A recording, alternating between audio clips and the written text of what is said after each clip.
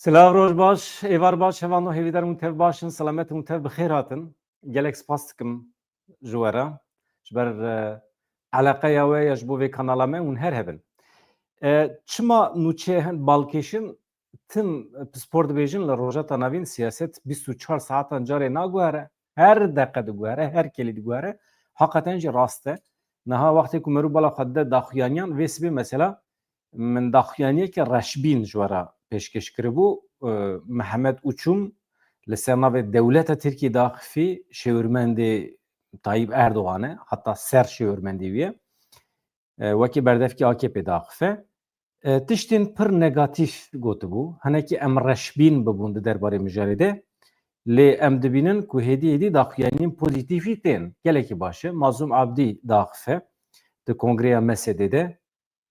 Wekî din Tayyip Erdoğan di vegera ji Türkmenistanê de bersiv dide pirsiyên rojnamegeran di derbarê peymana dihêyadarê de tiştê wisa dibêje gotinên wî yê û General Mazlûm Abdî wekî hebin. Madem wisa ye mesele çi ye? Ji ber her du daxuyaniyan bixwînim hevanno hûn ê bibînin gelek aliyên hevbeş hene.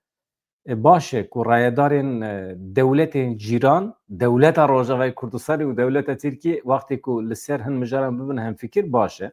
Em hêvî dikin ku şer û pevçûnê dî bi dawî bûbin. Em hêvî dikin ku her du alî ji hev re nebin gef û ji hev netirsin. Tirs tiştekî pir pîs e. Dewleta Tirkiye ji Kurdan ditirse, Kurd ji Tirkan. Herçend em bibêjin ku tirsa Kurdan tune ye, rast e. Herî zêde ditirsin aliyê Dewleta Tirkiye Kurd ji çi bitirsin? Yani em ditirsin ku zirar bigînin me, ew heye. Lê Dewleta Tirkiye tirsa wê berfirehtir e. Halbuki îcab nake. Vê sibê Ahmed Altan gotibû. Yani wextê ku milletên Tirkiye, Dewleta Tirkiye biryar bide ku dikare bibe wek hev, mesela Tirk û Kurd eger bikaribin bibin wek hev wê demê îcab nake bitirsî. Cudabûn çênabe, perçebûn çênabe, herkes digêje heqê xwe. Çima bitirsî? Dewleta Tirkan nekî, Dewleta Kurdan e jî wê demê îcab nake tu bitirsî. Di derbarê qedera Tirkiyeyê de em bi hev re qirar bidine wê demê. Problem tune ye. Hevanno, ez hema dest pê bikim. Bi vî şîklî em dikarim manşeta xwe jî danî ser ekranê, bila xweştir be, awsa. Ya merû wextê daxuyaniyên pîs dibîne, qirêj dibîne merû reşbîn dibe. Baş e ku carna merû tiştê xweş bifikire ya. Hevanno, ne wisa? Kawun çi dikin? Ya zû da natime cem we, ez zû da min halê we nepirsiye, zû da min peyamê we venekiriye, min nanîne ser ekranê, haya min jî heye. Mesela Ali Mahmud mala te ava. Gelek hevalê me ji Rojavayê Kurdistanê ji Rojhilatê Kurdistanê ji Rojavayê Kurdistanê bimerane. Silav û rêz ji we re hevanû te bixêr hatin. Ên derveyê Kurdistana Bakur. Ji ber ku em zanin Bakur gelek însan me temaşe dikin lê Suriye, yani YouTube ji min re dibê Suriye di rêza sêyemîn de ye. Rojhilatê Kurdistanê rêza çaremîn de ye. Wekî din Fransa, Swîsrê heye. Mala wê ava. Almanya di rêza duyem de ye. Mereq nekin hevanno. Naha herî zêde Stenbol di rêza yekem de ye. Stenbol, Bakurê Kurdistanê tev, Amed. Almanya di rêza duyem de ye. Suriye, wekî Rojavayê Kurdistanê rêza sêyem de ye. Fransa heye. Wekî din Iraq heye. Başûrê Kurdistanê gelek li me temaşe dikin. Yani anha em çawa bêjin mehê 100,000 însan me temaşe dikin li Başûrê Kurdistanê. Gelek sax bin, her hebin. û mehê em hana gîştine milyonekî. Yani anha nabera 900,000 û milyonekî de ye. Mehê heval li me temaşe dikin, dost li me temaşe dikin, her hebin. Gelek baş e. Ez kêfxweşim. Eger hûn zêdetir bibin abone, vê kanalê bi pêş bixin, bawer dikim em dikarin êdî rojane ya jî heftê carê em xwe bigînin milyonekî însanan. Dişûna me hekî de heftê carê be süper dibe, pir baş dibe. We goterê em hema dest pê bikin hevanno. Ka Tayyip Erdoğan çi dibêje, Mazlûm Abdî çi dibêje. Me gotiye fikrê wan hevbeş in. Li ser çi? Elbet li ser Rojavayê Kurdistanê li ser pêşaroja Sûriye. Serokkomarê Tirkiye Recep Tayyip Erdoğan ra gihand ku bi cîhanîna peymana dihêyadarî ya ku di navbera hêzên Sûriye Demokratîk PSD û Rêveberiya Şamê de hatiye imzêkirin, pêvajoyeke ku ji nêzik ve pêwendiya xwe bi siberoja herêmê re heye. Erdogan got gelek giring e ku rêveberiya Sûriyê bi wê vîzyonê te bigere ku hemû pêkhateyên Sûriye, hemû milletên Sûriyê bîne cem hevû. Recep Tayyip Erdogan di vegera ji Tirkmenistanê de di balafirê de bersiv da pirsên rojnamegerên derdora xwe û li ser mijarên de Rojevê de daxuyanî daye, çi dibêje peymana dehê darê wê lîstikan xirab bike. Gelo lîstik çi ne? Ê ku li ser Rojavayê Kurdistanê li ser Sûriyê dilîzin kî ne? Di nava wê lîstikê de rola Kurdan çi ye? Tiştek ku Tirkiye aciz dike çi ye? Wana hemî muhîm in. Ya herçend Tayyip Erdogan basa lîstikê bike jî milletê Kurd difikire divê lîstikê de menfaetê min çi ne? Gelo di lîstikê de ez aktorekî çawa me? Serokkomarê Tirkiye pirsek dipirse. Gelo na rojnamevan dipirsin ew jî bersiv dide. Dibêjin gelo hûn ê bi Donald Trump re li ser peymana dehê adarê ya li Sûriyê baxfin yan na? Hûn li bendê ku li wê derê salnameyekê çawa were meşandin? Salname basa taxfîm dikin halbuki yani plansazî yani nexşeriyekê çawa hûn ê teqî bikin. Ez vê ji were bêjim Tayyip Erdogan çawa gotiye bi cîhanîna peymana dehê adarê li Sûriyê pêvajoyeke ku ji nêzik ve eleqedarî siberoja herêmê ye. Gihîştina armancên ku peymanê pêşbînî kiriye daye pêşiya xwe wê ji bo Sûriyê bibe encama herî bixêr dibêje Tayyip Erdogan. Rojnamevan çima dipirsin gelo hûn ê bi Donald Trump re li ser peymana dehê adarê li Sûriyê biaxivin? Hevan ez ji were bêjim mesele temam bûye. Donald Trump, Recep Tayyip Erdogan hevû du dîtin axir fîne plana dewleta Tirkiye ew bû ne tenê Rojavayê Kurdistanê biçe Şamê temamê Sûriyê bike bin kontrola xwe îcazet xwest ji Donald Trump lê negirt. Niha gelek hêzên din di dewrê de ne dewleta Tirkiye ji wan vetirê eger bikarbin çetê xwe bikin hereketê bişînin Şamê ew ê temamê Şamê ew ê temamê Sûriyê bi dest bixin. Lê derket holê ku perê dewleta Tirkiye tune ye. Pere tune ye. Tu rê û dirba çawa çê bikî? Tu yê xestexana çawa çê bikî? Tu binêsaziyê çawa ji nû ava bikî? Sûriye temamî hilweşiya ye. Perê te tune tu tê çetê xwe ji aliyê eskerî vedixîna ve hereketê. Çetê te jî tiştekî re nabin Tayyip Erdogan wê çawa bibe? Erebistana Suedî ket dewrê. Siberoja Sûriyê temamen bi perê xwe kirî. Kontrola xwe saz kir. Tonkî pere da Donald Trump jî ana çi dike dewleta Tirkiye temamê Sûriye wenda kiriye. Tamam. Bandora wê li ser hin çeteyan heye ama ji aliyê siyasî ve ji aliyê ekonomîk ve li ser coğrafya Sûriye bandora dewleta Tirkiye bi qasî Suedî Erebistanê tune ye. Bi qasî İsraîlê qet tune ye. Yani hêza İngiltere jî tune ye. Bikaribe navbenkarî bike.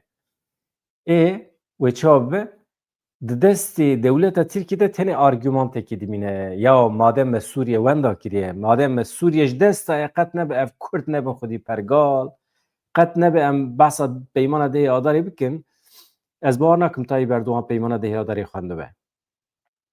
Min beriya du roja ji were pêşkêş kiriye di naverokê de çi heye peymana dehê adarê ji kerema xwe re bikim û wê vîdyoyê piştî vê temaşe bikin.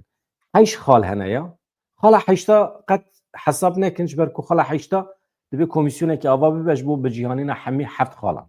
Di nava wan heft xalan de hemî rêveberiya Şamê eleqedar dike. Divê agirbest hebe, divê mafê Kurda were naskirin, divê di destûra bingehîn de hemî millet werin bicihî kirin, tonkî tiştê gotin. Tenê yek xalekî de dibêje sazî û dezgehên hemî deverên Sûriyê daxilê nava dewletê bibin. Temam ev qesedê eleqedar dike rast e. Qesedê jî dibêje ji bo me nexeme, ji bo me ne mesele ye. Em dikarin daxilê hikûmetê jî bibin, em dikarin daxilê nava artêşê jî bibin, ji bo me ne mesele ye. Hêz û quweta me heye. Em bi xwe bawerin. Hatta YPJ jî wê tevlî artêşê bibe. Bibe lîweyekî ya jî bibe tûmenekî bi serê xwe. Ew ê li Rojavayê Kurdistanê jî bimînin, ew ê bikaribin her derê Sûriyê jî bikevin nava hereketê. Wê demê çi dibe? Quwetên Sûriye Demokratîk navê xwe esasî ve de rastiyê de jî pêk bîne. QS de Kuvvetên Sûriye Demokratîk wê karibe li her derê Sûriye hem milletê xwe parêze hem li hember terorîzmê tê bikoşe. Yek ji wan xalan Tayyip Erdogan zanî çi ye? Ez ji wî dibêjim Tayyip Erdogan nexwendiye. Yek ji wan heşt maddeyan ew e hevano hemî hêzên biyanî dewleta Tirkiye ji Efrînê vekişe, ji Serêkaniyê vekişe, milletên koçber karibin vegerin ser zeviyê xwe, mal û milkê xwe. Hat cî heft xalên peymanê şeşê wan hatine cî ku ya heftan were cî? Na, mîmane. Di destûra bingehîn de mafê Kurdan heye tune. Tayyip Erdogan vekişiye ji Efrînê na. Digel ew qasa sûç. Ji ber vê Tayyip Erdogan derdikeve dibêje mafê peymana dêyadarê bînin cî. Temam em bînin cî. Problem tune. Rast e. Mazlûm Ebdê jî dibêje em bînin cî. Ji ber vê eger heşt xalên peymana dêyadarê were cî hevano ji bo menfaetên Kurdan e. Tayyip Erdogan û General Mazlum li ser bi cîhanîna peymana dêyadarê bûne yek li hev dikin, hemfikirin. Ka em binerin wekî din çi dibêje Tayyip Erdogan pêşî paşê em cî di Mazlum Ebdê. Bi cîhanîna dêyadarê peymana dêyadarê li Sûriyê pêvajoyekê ku ji nêzik ve pêşaroja vî heremê eleqedar dike, gihîştina armancê ku peymanê daye pêşiya xwe wê ji bo Sûriyê bibe encama herî bixêr. Bi cîhanîna peymanê re yekparçeyî axa Sûriyê yekîtî bihevrebûn, aramî, meşa wê ye ber bê siberojekê bextewar ve wê were qeyîmkirin, were garantîkirin. Rast e. Di siberoja nêzik de hate dîtin ku cudahî pevçûnan tiştekî nedaye Sûriyê. Ya gotina rast e. Ji devekî şaş derkeve jî gotina rast e. Binêrin çi gotiye? Gotiye di rabirduya niha de me dît ku cudahî pevçûnê tiştekî nedaye Sûriyê. Erdogan diyar kir ku ew piştgirî didin nêzîkatiya Rêveberiya Şamê. Ew piştgirî didin nêzîkatiya Rêveberiya Şamê. Mesela nêzîkatiya Rêveberiya Şamê yani helbesta Rêveberiya Şamê. Rêveberiya Şamê çi kiriye ku tu destek didî Tayyip Erdogan mesela? Çi kiriye? Di destûra bingehîn de heqê Durziyan xistiye, Elewiya xistiye, mafê Kurdan nas kiriye, tu piştgirî dî na. Çi kiriye? Çi kiriye? Mesela. Kîja nêzîkatî? Girîngek û Rêveberiya Sûriyê bi wê vîzyonê tev bigere ku hemû pêkhateyên Sûriyê bîne cem hebûdû. Rêveberiya Sûriyê beriya ku hemî pêkhateyên bîne cem hebûdû hevano, Rêveberiya Sûriyê divê pêşî bibe rêveberiya hemû pêkhateyan. Yani Rêveberiya Sûriyê çima ji heteşê tenê pêk tê? Çima destê colanî daye ew ê em fehm nakin. Madem Rêveberiya Sûriyê heye, madem Sûriye dewleta hemî milletan e, dibe hemû millet ne di rêza duyem de bin, di rêza yekem de bibin hikûmet, di hikûmetê de ciyê xwe bigirin, di artêşê de ciyê xwe bigirin û ew bi xwe qirarê bibin. Yani Rêveberiya Sûriyê biryar bide. Ne hikûmeta girêdayî Tayyip Erdogan ya dibin hikmê Tayyip Erdogan be. Hate femkirin Tayyip Erdogan? Na. Divê naberê de derbarê Tayyip Erdogan de îddiayekî heye, yani hûn dikarim bêjî dedîxudu jî, gotegot jî, ez ê paşê ji we re bêjim. Yani girîng e ku Rêveberiya Sûriyê bibe xwedî wê vîzyonê ku hemû pêkhateyên Sûriyê di nava xwe de bihemîne bîne cem hebûdû. Ev nêzîkatî bi qîmet e. Heq dike ku were piştgirî kirin. Dibe ku plan û xeyalên gelek mîhrakan li ser Sûriyê hebin. Asa İsraîlê dike ha. Plan û xeyalên gelek mîhrakan, yani derdorên xirab, çavnebar, yan jî mîhrak yani xêrnexwaz kurmancî. Xeyalên gelek xêrnexwazan hebin li ser Sûriyê. Lê ya girîng xeyala siberoja hevbeş ya gelê Sûriyê ye, gelê Sûriyê yê cefakeş xeyalên rastîn ava dike, bi cîhanîna vê peymanê wê lîstikê wan kesan xirab bike ku dehfikan datînin. Em bê cudahiya Tirkmen, Ereb, Kurd, Sünnî, Nusayrî, aştî, aramî, refaha hemû gelê Sûriyê bira dixwazin. bi cîhanîna peymana dehyadarê bêguman di vê îradeyê de wê xurt bibe.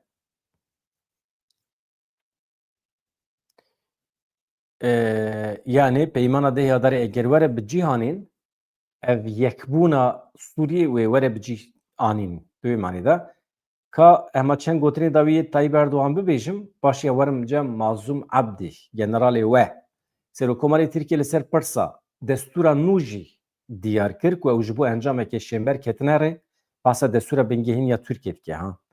Niha em di wê daxwazê dane ku destûrekê sivîl azadîxwaz berfireh çêbikin wekî AK Partiyê me çawa li qadan soza avakirina destûrekê nû dabû hemû partiyên siyasî jî heman soz dabûn millet li gel van hemiyan di mijara xebatên destûra nû de niha partiya me di pozisyona partiya herî amade daye em amade ne ê li ser xêrê be ka em binêrin di destûra têya bingehîn de wê mafê Kurdan çê bibe tişt çi bibe ya tiştê ku tu pêşniyazê Sûriyê dikî wê tu yê karî bê di destûra xwe ya bingehîn de binivîsînî yek jî çima tu dinivîsînî mesela ma tu xwediyê Tirkiyeyê dîsa eyn mesele Türkiye welatê Kurd û Tirkan be dibe her dû biryar bidin welatê xwe perçe dikin welatê xwe ava dikin welatê xwe saz dikin biryar ya her dû milletan e divê em vê mantiqê di nava civaka xwe de bi cih bikin hevano Türkiye ne a Tirkan e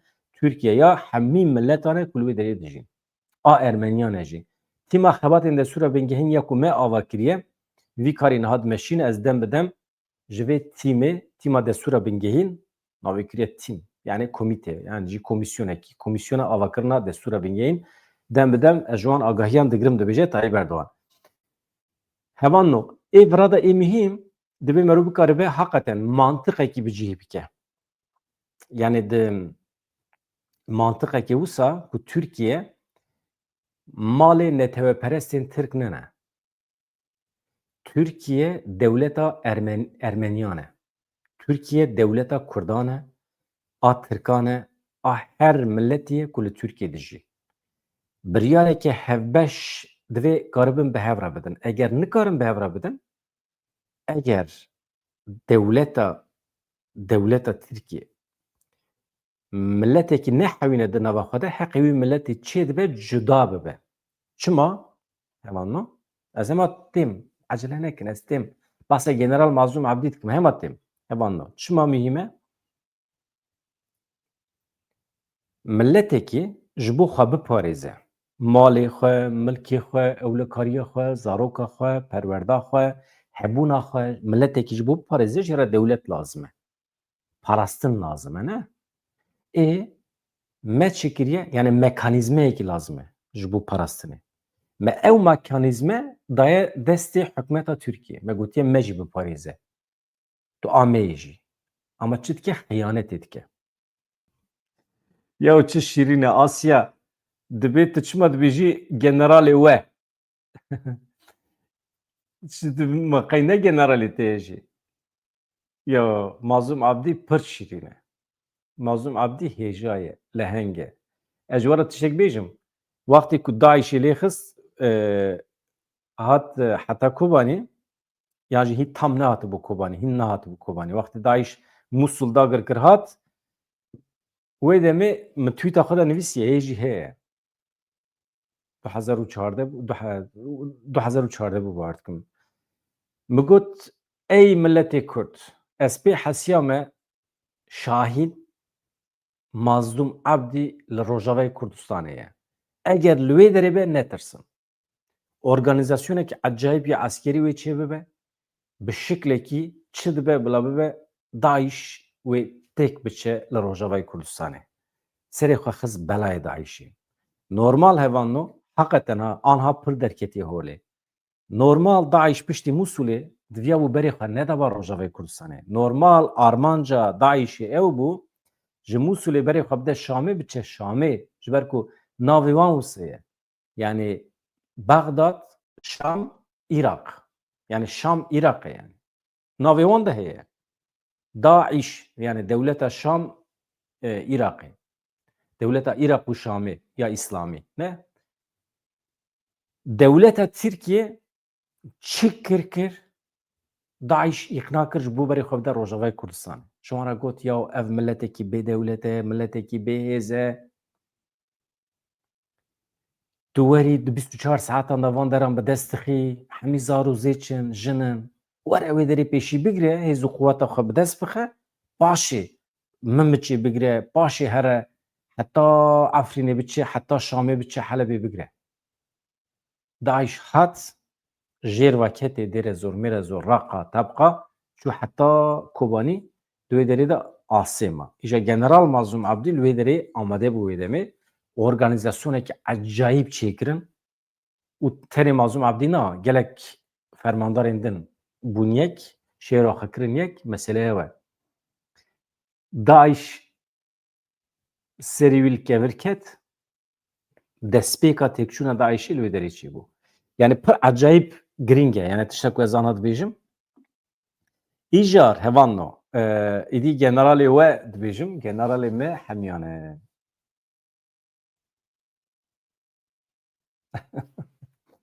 Hûn her hebin. Tamam. Niha em cî bidin peyama Mazlûm Abdî paşê jî êrişên askerê Amerîkayê hatiye kirin hevan no. Ez hinek behsa wê bikim. Mazlûm Abdî saxî selametî xwestiye ji êrişa ji askerên Amerîkî yên birîndan re. Ya askerê Amerîkî çi digerin li axa Sûriyê li wan dera? Werin Rojavayê Kurdistanê ya qesede we diparêze. Çîşê we heye hûn diçin bi wan re eleqedar dibin ya. Fermandarê giştî Qesedê Mazlûm Abdî di pîrozbahiya Selvegera dihemîn adamezrandina Meclîsa Sûriya Demokratîk Mesedê de axivî li bajarê Hesekê pêk hat. Ev pîrozbahiya salvegera dihemîn. Mazlûm Abdî ketina rejîma Baasê weke destpêka projeya Sûriya nû binav kir, got rejîma Esad di encama biryardarî têkoşîna dehan salan ya tevahiya pêkhateyên Sûriyê de ket. Mazlûm Abdî got ketina Esad qonaxa pêşîn ya şoreşê bû. Kêfxweşiya Sûriyê wê temam nebe heta ku daxwazî wan bicîhne. Armanca gelê Sûriyê ji xistina rejîmê avakirina sîstemeke nû ya li ser esasê azadiyê bû. Ji bo armancên şoreşê pêk werin divê sîstemeke nû ya li ser bingeha azadiyê were avakirin. Mazlûm Abdî di dewama axaftina xwe de bi bîr xist. Rejîma Baasê rejîmeke zordest bû. Li ser esasê yekrengiyê kar dikir. Li hemberî vê yekê divê tevahî pêkhateyên Sûriyê welatê xwe ava bikin, bi rêve bibin. Ne yekreng, pir reng, pir deng. Mazlûm Abdî destnîşan kir. Civata navnetewî bi ketina rejîma Baasê kêfxweş e. Derfet da Sûriyê ku ciyê xwe di qada navnetewî û rojhilata navîn de bigire. Her kes kar dike dixebite da ku Sûriye gavan bavêje, pêş bikeve, demokratîk bibe. Em dizanin wê kî Sûriye vegerine ciyê wê yê giring. Ew jî eniya hundirên ya Sûriye bixwe ye. Milletê Sûriye ancak dikare Sûriye welatê xwe bigîne ciyê layıqê wê ye. Fermandarê giştî Qesedê balkişan ser peymana dehê Adarê ku Tayyip Erdogan jî behs dikir. Bi hikûmeta vêguhêz ya Sûriye re kengî îmze kiribû, çawa îmze kiribû, têda çi heye, çima pêk nayê wisa dibêje. Bi armanca ku Sûriyeyeke nû ava bibe, bi armanca ku şer were rawestandin, par mîna van wextan em bi hikûmeta vêguhêz re ketin nava tekîliyan. Di encamê de bi alîkariya hin dostan, basa Amerîka û welatên Ewropayê dike, me hevdîtin çêkirin û me peymana dehê Adarê nava xwe de îmze kir. Dibêje General Mazlûm Abdî. Peymana dehê Adarê weke bingeha Sûriyeyê nû binav kir Mazlûm Abdî. Ev li gotina xwe zêde kir. Bendên peymanê, heş xalên peymanê bendên dîrokî ne. Wê bibin bingehên hêza Sûriye. Civata navdewletî û heremî piştgiriyê didin vê peymanê. Em weke Qesedê, weke rêveberiya Xweser.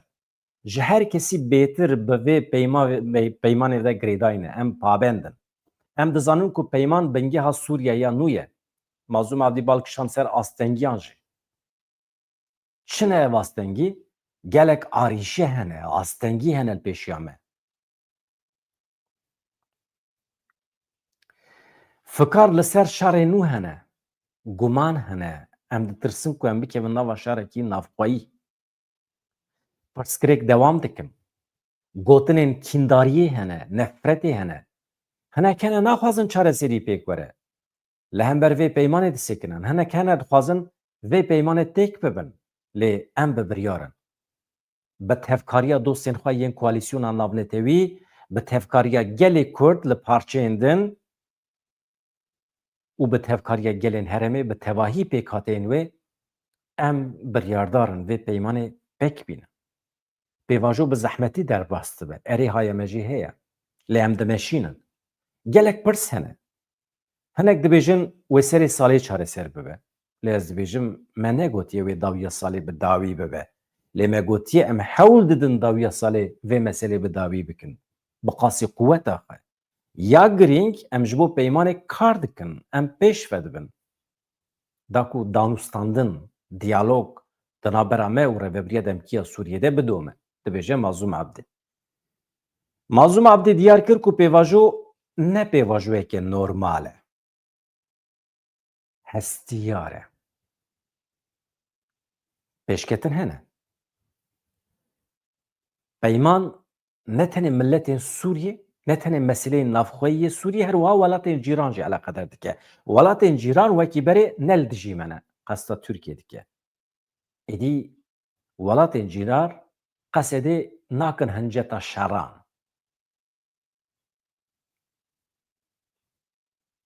Em ji çareseriyê re li gorî peymana dehê adarê amade ne. Em ji her kesî dixwazin ku piştgirî bidin vê pêvajoyê. Weke quwetên Sûriya Demokratîk qesede. Weke hêzên asayîşê me di çarçoveyekê giştî de li hev kiriye û şandeyên me detaya nîqaş dikin. Me biryara xwe daye em zanin em çi dikin dibêje General Mazlûm. Em hêvî dikin ku beriya sala nû mizgîniyê bidin milletên Sûriyê. Li hevkirineke duwarê leşkerî de li Sûriyê wê çêbe. Da zanîn gavên din yên siyasî îdarî ku Kurdan eleqedar dikin elê hene lê pêdiviya wan bi demê heye. Xala herî girîng hevan ma. Wekî din çi dibêje? Yani ji bo meseleyên eskerî di derdora serê salê dibe em ê bikar bin li hev bikin, em ê bikar bin mizgîniyê bidin. Wextê ku Mazlûm Abdî behsa mizgîniyê bike hevan ev tiştekî ne henekan e. Tê manê ku fayda milletê Kurd tê de heye. Behsa mizgîniyê dike. Ev behsa têkçûnekî nake. Yani ji bo hemû milletên Sûriyê wextê ku behsa mizgîniyê bike tê manê ku qesede wê kontrola pir tiştan bi dest bixe. Ez duwê qenaatê da me. Milletê Elewî jî Durzî jî wê bigihêjin hêzên xwe yên parastinê. Lê ji bo xalên din dibe hê pêdivî bi wext heye. Fermandarê giştî qesedê bi domdarî got duwarê îdarî de bi taybetî pêkhateyên herêmê wekî Reqa, Dêre Zor, Hesekê dibe em dixwazin siberoja wan hereman di destê gelê wan de be.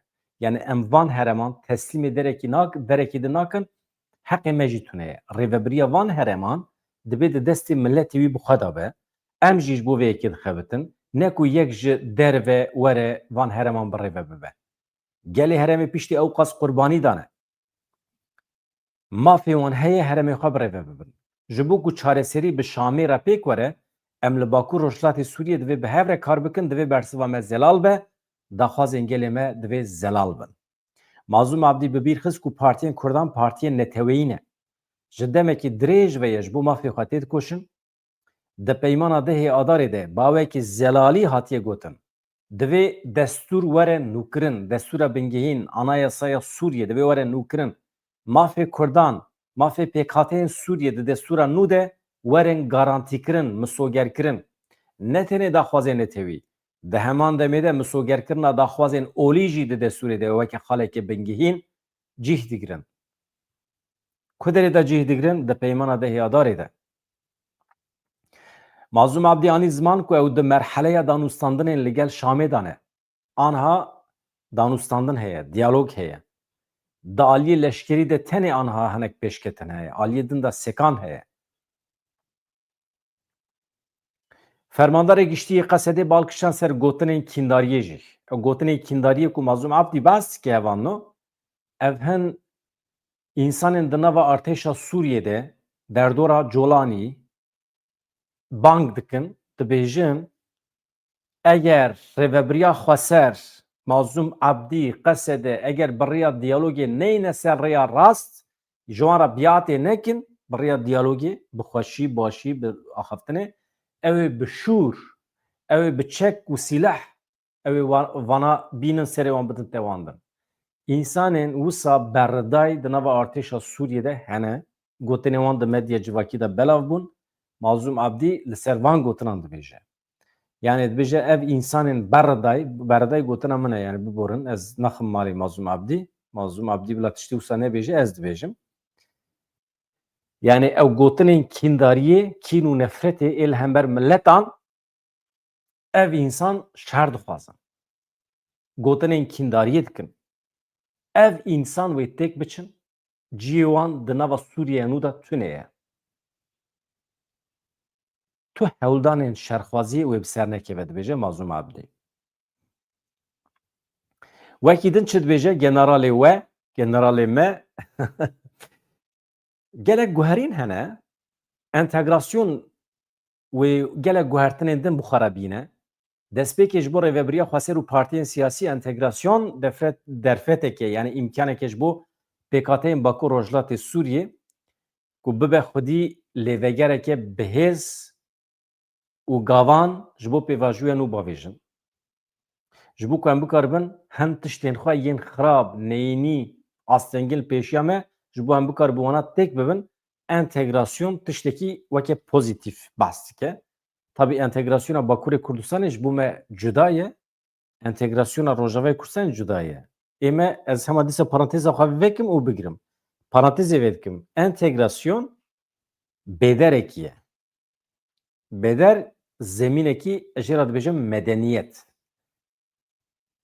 kîjan hêz li gorî medeniyetê tev nagere divê hemî werin ser wê bêderê bibin medenî yani di çarçoveya demokrasiyê de tev bigerin qesede jî Kurd jî Ereb jî Türk jî Türkmen jî werin ser wê meydanê meydana medeniyetê ev e entegrasyon li rojhilata navîn herî zêde pêdiviya Ereban û Tirkan bi medenîbûnê heye bi medeniyetê heye û bi entegrasyonê heye mazlum abdî da zanin ku gelek guhertin hene entegrasyonê wê gelek guhertinên din bixarabîne destpêkê ji bo rêveberiya xweser û partiyên siyasî entegrasyon derfeteke ji bo pêkateyên Bakur Rojhilatê Sûriyê veya me ji we re gotibû yani ji bo avakirina Bakur Rojhilatê Sûriyê wê bibe destpêkeke wê bibe mînakeke ji bo tevahiya parêzgehên Sûriyê gotina dawî ya mazlum abdî jî heme ji we re bêjim paş ez basa êrişa li ser askerên Amerîkî bikim fermandarê giştî qesedê mazlum abdî di dawî axaftina xwe de got di demekî de ku hişmendiyên hevbeş tune bû şerê mezhebî nijadî pir bûn terör li pêş bû mesede bi siyaset bi xîtabeteke nû hat mesedê roleke girîng di aramiya herêmê û tevahiya Sûriyê de lîst di vê qonaxê de jî di encama ezmûna deh salan de em derbasî qonaxeke nû dibin mesede roleke nû di avakirina siberoja Sûriyê de wê bilîze hevan na aniha jî ez cih bidim evê cih bidim van êrişa û paşê jî binêrin li Sûriyê êrişê askerên Amerîkî kirin li nêzîkê bajarê Tetmurê yê li naverasta Sûriyê de êrişekî de hin askerên Amerîkî û Sûriyeyê birîndar bûn piştî êrişê li herêmê li bû tevgereke zêde çêbû helîkopterên artêşa Amerîka ji bo derxistina leşkerên birîndar operasyonekê pêkanîn çavkaniyeke ewlehiyê ji Ajansa Fermî ya Nûçiyan Sûriyê Sanayê re axivî bilançoya êrişê eşkere kir çavkaniyekî got di êrişê de du personelên hêzên ewlekariyê yên Sûriyê gelek leşkerên Amerîkî birîndar bûne kesê êriş kiriye jî hat kuştin di vê naberê de birîndar ji bo mudaxeleya bi lêz veguhestinê baregeha El Tenfê ya dibin kontrola Amerîkayê de piştî bûyerê tedbîrên ewlehiyê hatin zêdekirin rêya navnetewî ya ku dêrê zor Şamê bi heva girê dide bawekî demkî hate girtin wekî din şandeyekî Amerîkayê geş dikir li wê derê çi dibêje êriş li dijî şandeyekî Amerîkayê bîye li Tedmurê hêzên hevperiyên Sûriye Amerîkayê rêya dêrê zor Şamê bi temamî girtine welhasil mazlum abdî bi rêya tweetê hevanno selametî saxî xwestiye ji askerên Amerîka re yani mîna ku bibêjî ya kê ku çi karê we heye li wan de re ya bê me hûn çima dişwandira çawa baweriya we heye nekevin nava van kêmasî û xebatan û li ser vê yekê saxî silametî xwestiye ji van askerên birîndar re. Hevano ez xatir ji we dixwazim bi vî şeklî ez hêvî dikim li gor dilê we bû xeberên xweş bûn ka em binêrin di saetên pêş me de em ê bikaribin bültenekê nû tiştên nû eger çêbibin elbet em hêvî dikin tiştê xweş çêbin. Mala we ava ji bîr nekin bibin abone bibin endam jî ew li wê derê katil butûnê heye ji bo me gelekî girîng e ji bo ku hevalê me rojnameger karibin hem li Rojava hem Bakur me re bixebitin mühîm e ku hûn ew katil butûnê dibêjin bi Tirkî endametiye hûn pêlêkin xweş dibe û bibin endam jî her hebin. Bi hêviya rojên xweş azad dem baş.